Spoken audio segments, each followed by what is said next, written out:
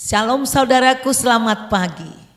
Semangat pagi untuk kita membaca Alkitab di pagi ini dari kitab Kejadian pasal 45. Dengan saya, Pendeta Deborah Dumasi Sianipar Tambunan dalam acara BLC, Bible Lover Club, yaitu membaca Alkitab satu pasal setiap hari dari kitab Kejadian sampai tamat ke kitab Wahyu. Dari CBM 7 TV, mari kita bersatu di dalam doa. Selamat pagi Tuhan, selamat pagi Roh Kudus, selamat pagi Bapa Tuhan Yesus Kristus. Pagi ini Engkau beri lagi kami kesempatan untuk menikmati roti yang hidup, yaitu firman-Mu.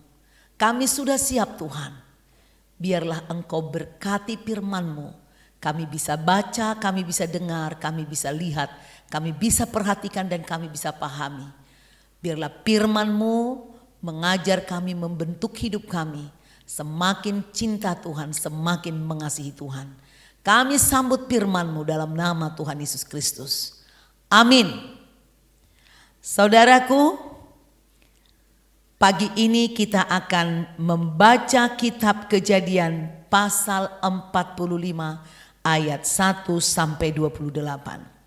Judul perikopnya, Yusuf memperkenalkan dirinya kepada saudara-saudaranya. Ayat 1. Ketika itu Yusuf tidak dapat menahan hatinya lagi di depan semua orang yang berdiri di dekatnya.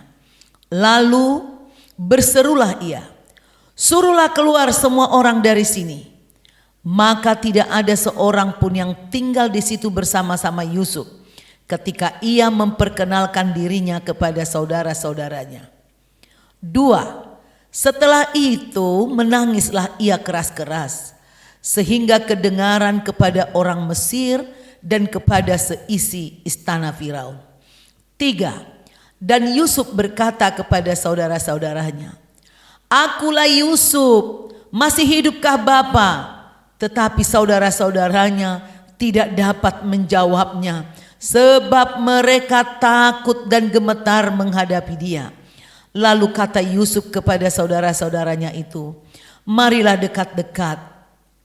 Maka mendekatlah mereka, katanya lagi, "Akulah Yusuf saudaramu yang kamu jual ke Mesir. Tetapi sekarang janganlah bersusah hati dan janganlah menyesali diri, karena kamu menjual aku ke sini. Sebab untuk memelihara kehidupanlah Tuhan menyuruh aku mendahului kamu." 6. Karena telah 2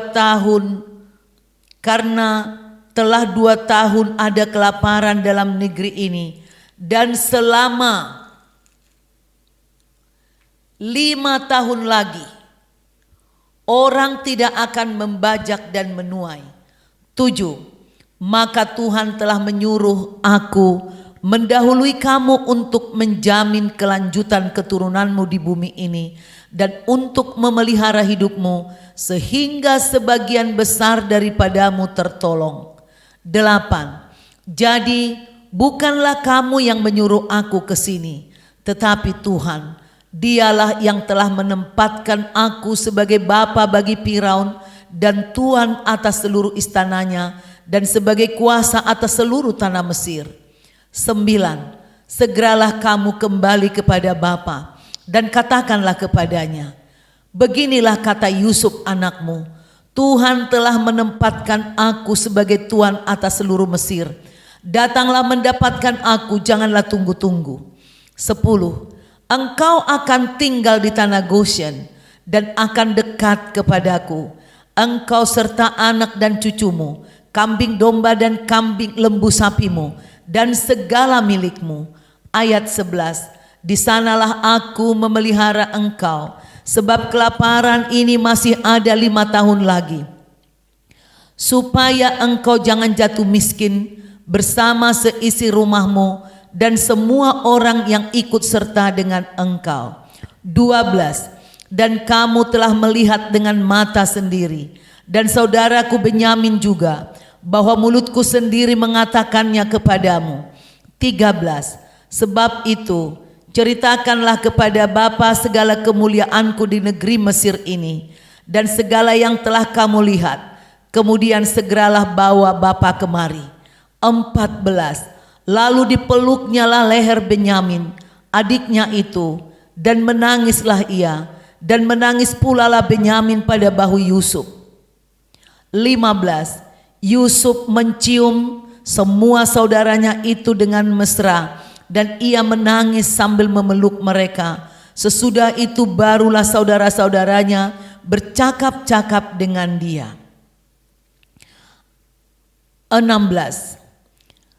Ketika dalam istana Firaun itu terdengar kabar bahwa saudara-saudara Yusuf datang, hal itu diterima dengan baik oleh Firaun dan pegawai-pegawainya. 17. Lalu berkatalah Firaun kepada Yusuf, katakanlah kepada saudara-saudaramu, buatlah begini, muatilah binatang-binatangmu dan pergilah ke tanah Kanaan. 18.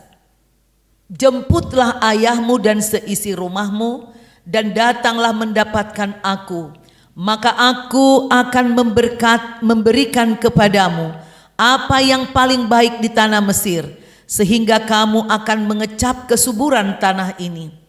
19. Selanjutnya engkau mendapat perintah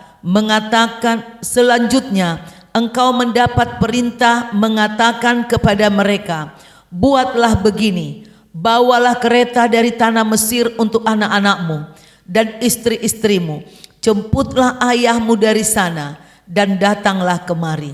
20. Janganlah kamu merasa sayang meninggalkan barang-barangmu, sebab apa yang paling baik di seluruh tanah Mesir ini adalah milikmu. 21. Demikianlah dilakukan oleh anak-anak Israel itu. Yusuf memberikan kereta kepada mereka menurut perintah Firaun, juga diberikan mereka bekal di jalan. 22. Kepada mereka masing-masing diberikannya sepotong pesalin, dan kepada Benyamin diberikannya 300 uang perak dan 5 potong pesalin. 23. Di samping itu kepada ayahnya dikirimkannya 10 ekor keledai jantan, dimuati dengan apa yang paling baik di Mesir. Lagi pula 10 ekor keledai betina, dimuati dengan gandum dan roti dan makanan untuk ayahnya dalam perjalanan. 24. Kemudian ia melepas saudara-saudaranya serta berkata kepada mereka, janganlah berbantah-bantah di jalan. 25. Demikianlah mereka pergi dari tanah Mesir dan sampai di tanah Kanaan kepada Yakub ayah mereka. 26. Mereka menceritakan kepadanya, Yusuf masih hidup, bahkan dialah yang menjadi kuasa atas seluruh tanah Mesir. Tetapi hati Yakub tetap dingin, sebab ia tidak dapat mempercayai mereka. 27. Tetapi ketika mereka menyampaikan kepadanya segala perkataan yang diucapkan Yusuf, dan ketika dilihatnya kereta yang dikirim oleh Yusuf untuk menjemputnya, maka bangkitlah kembali semangat Yakub ayah mereka itu. 28. Kata Yakub, cukuplah itu, anakku Yusuf masih hidup, aku mau pergi melihatnya sebelum aku mati. Demikianlah firman Tuhan yang tertulis di Kejadian pasal 45 ayat 1 sampai 28. Saudaraku, demikianlah tadi pembacaan kitab Kejadian pasal 45 ayat 1 sampai 28. Di ayat 1 dijelaskan bahwa Yusuf tidak dapat lagi menahan hatinya. Ia sangat rindu. Dia ingin cepat-cepat memberitahu dirinya siapa, membagikan sukacita yang dia miliki, kemenangan yang dia miliki kepada semua saudara-saudaranya. Saudaraku, lalu dia berteriak, Suruhlah keluar semua orang dari sini. Artinya apa, saudaraku? Jika kita memiliki masalah di dalam keluarga kita, dalam rumah tangga, tidak ada yang lebih baik yang bisa menyelesaikan masalah itu kecuali kita sendiri. Jangan suka mengadu-ngadu kepada orang lain untuk minta bantuan menyelesaikan masalah dalam rumah tanggamu, dalam keluargamu. Kamu sendirilah, kamu bersama saudara-saudaramu. Itulah yang terbaik. Nah, kemudian di ayat 2, saudara, kita lihat bahwa Yusuf mengenalkan diri. Perkenalan yang dilakukan Yusuf ini sungguh luar biasa, saudaraku. Biasanya orang ketika kenalan selalu mengatakan begini, tak kenal maka tak sayang. Jadi saya mengenalkan diri supaya saudara sayang. Tetapi ketika Yusuf mengenalkan dirinya, bukan sukacita yang terjadi kepada saudaranya. Yang ada mereka ketakutan dan gemetar. Karena Yusuf berkata kepada saudaranya, "Akulah Yusuf." Langsung mereka udah setengah pingsan. Kalau bisa kabur mereka, saudaraku. Nah, kenapa mereka ketakutan yang seharusnya sukacita? Karena mereka teringat perbuatan mereka yang kejam. Rasa bersalah mengingat perlakuan yang kejam yang mereka lakukan kepada adik kandungnya sendiri. Di mana adik kandungnya itu sendiri sekarang berdiri di hadapan mereka berbeda. Bukan lagi Yusuf yang dulu yang lemah, yang manja. Tapi sekarang Yusuf yang berwibawa. Sebagai raja, sebagai seorang yang mampu memberikan balasan yang sangat menyakitkan kepada mereka. Mereka ketakutan juga karena rekayasa yang mereka buat kepada ayahnya. Seakan-akan Yusuf itu telah diterkam binatang buas yang mereka simpan selama ini, rahasia itu berpuluh tahun pasti akan terbongkar. Yusuf masih hidup dan sekarang menjadi penguasa. Oleh karena itu, saudaraku, firman ini sedang mengajar kita, jangan pernah rancang kejahatan terhadap saudaramu, saudara kandung atau bukan, terhadap kehidupan orang lain. Jangan kau rancang kebinasaan untuk masa depan orang. Jangan ciptakan gosip yang jahat, gosip yang kotor untuk merusak karir orang lain. Karena segala rancangan orang jahat yang kau tujukan kepada orang lain, apalagi itu orang benar, pasti dibongkar Tuhan. Pasti disingkapkan. Kalau kita melakukan itu, kita akan sangat merasa terintimidasi, ketakutan. Dan kalaupun kita tidak dihukum, kita memang tidak bisa duga kapan itu terbongkar, saudaraku. Kadangkala itu terbongkar setelah kita lupa, sehingga kita tidak menyiapkan diri menghadapinya. Sehingga apa yang terjadi? Kita bisa sangat malu. Karena malunya, ya kita bisa berpikir mau ditaruh di mana ini muka kalau kejahatan kita terbongkar. Saudaraku, seharusnya kalau kita melihat pelajaran dari sini, Yakub mengatakan waktu itu kita sedikit mengingat cerita di kejadian sebelumnya. Dia hanya menyampaikan mimpinya dengan sukacita tentu karena dia tahu makna mimpi itu sangat bagus. Nah, seharusnya kakak-kakak Yusuf berbangga dan senang kalau adiknya terpilih menjadi seorang yang memiliki posisi hebat di tengah-tengah masyarakat. Tetapi saudara-saudara ini, khususnya abang-abangnya ini, iri hati, cemburu. Mereka tidak rela adiknya yang menjadi pemimpin. Mereka takut kehilangan pamor sebagai abang. Masa adik kita yang memimpin kita? Mereka juga tidak mau taat kepada Tuhan yang telah memberi petunjuk melalui mimpi tersebut. Sebenarnya di dalam hati sanubari mereka tahu bahwa mimpi itu dari Tuhan. Tapi kebencian dan iri hati, kecemburuan akibat tindakan ayah mereka kepada Yusuf yang mengistimewakan Yusuf membuat mata mereka tertutup, iman mereka tidak sampai. Saudaraku, dalam kehidupan kita sehari-hari seringkali kita temui dalam kakak beradik dalam kehidupan modern ini. Di dalam pelayanan, di dalam pekerjaan, sering saudaraku ada persaingan yang tidak sehat akibat iri hati, tidak rela menerima kelebihan orang lain. Abangnya misalnya lebih bijaksana, adiknya memberontak, tidak rela menerima.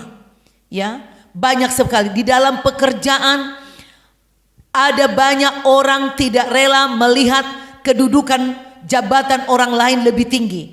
Maka banyak orang yang berusaha menghalang-halangi kenaikan karir orang lain. Bahkan bila perlu sampai memakai tindakan dukun. Ada banyak orang melakukan kekerasan, mencelakai, bahkan melakukan fitnah yang keji untuk menghalangi orang lain naik pangkat atau hidup lebih maju. Atau cemburu, misalnya kalau pengusaha melihat dagangan orang lebih laku, dia pakai kuasa dukun untuk membuat usaha orang lain tutup. Banyak orang yang cemburu melihat kalau potensi orang lain lebih hebat, dianggap itu sebagai ancaman. Sehingga dengan berbagai cara mereka melakukan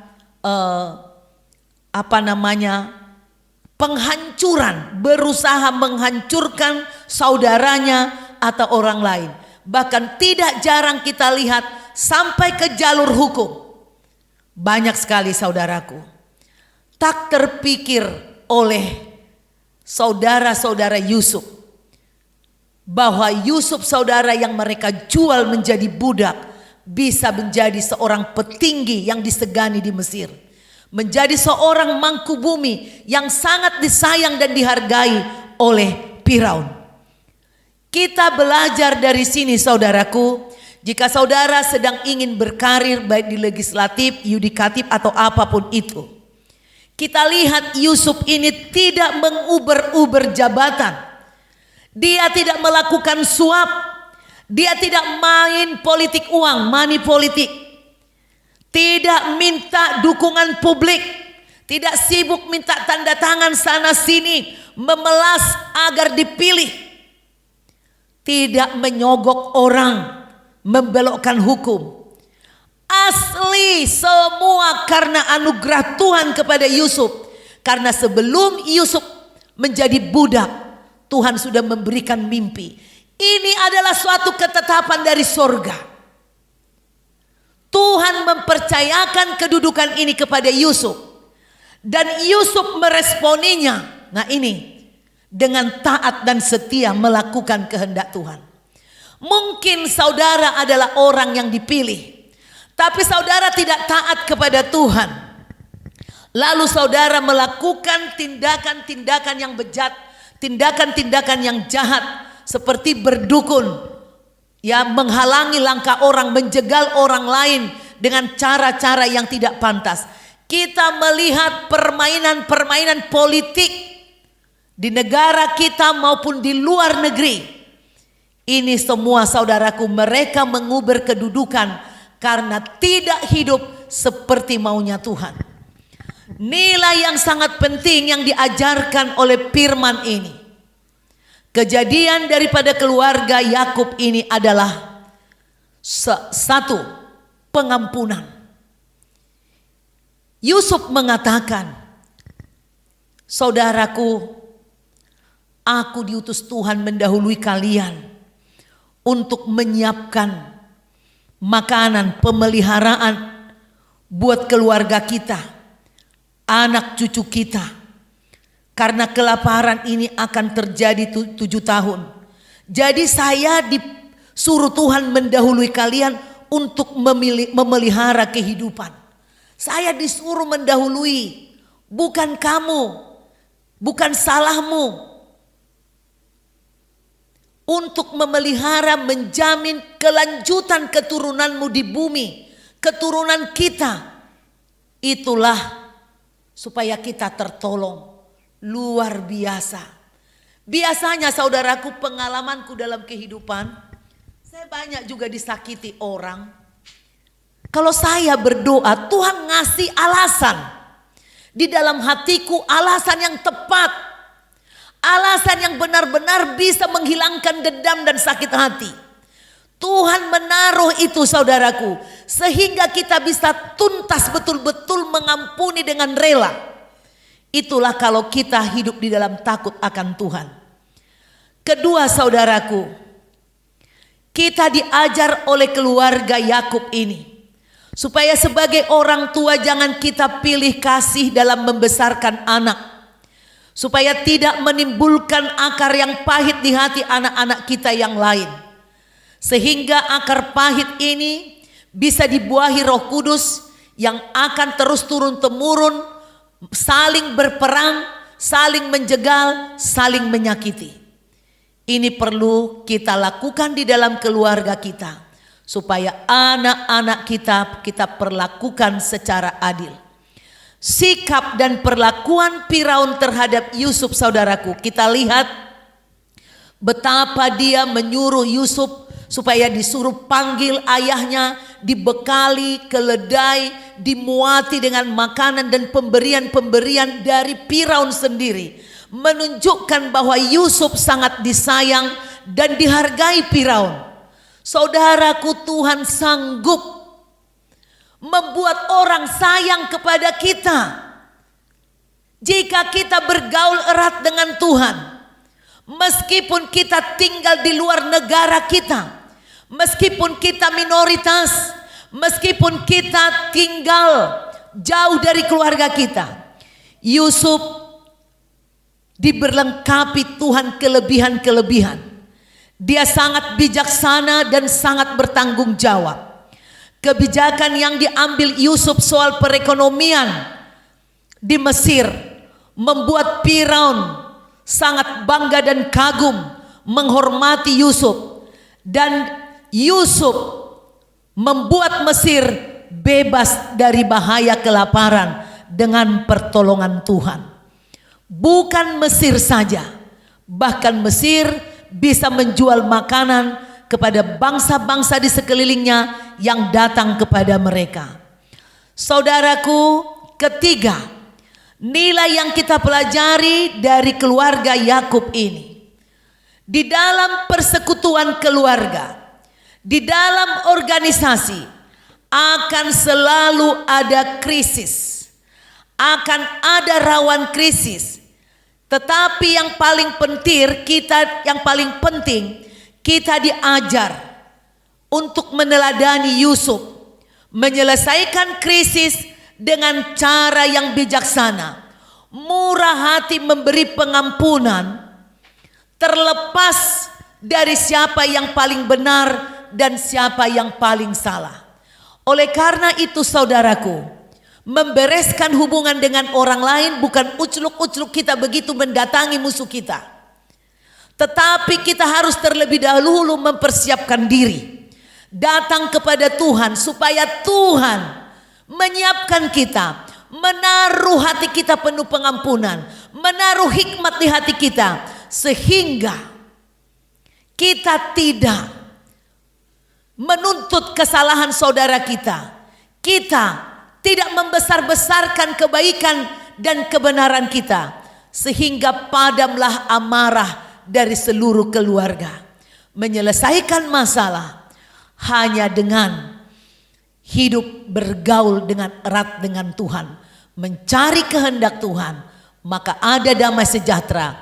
Hidup kita pun diberkati, kita pun bisa dengan murah hati, kita pun tidak dengan malu mendatangi keluarga kita. Maka saudaraku, bangunlah hubunganmu dengan Tuhan terlebih dahulu. Lepaskan pengampunan, doakan saudaramu yang berbuat jahat kepadamu, ampuni dia minimal melalui doa, baru nanti dengan tindakan bertemu langsung. Demikianlah saudaraku, firman Tuhan yang menjadi teladan buat kita hari ini.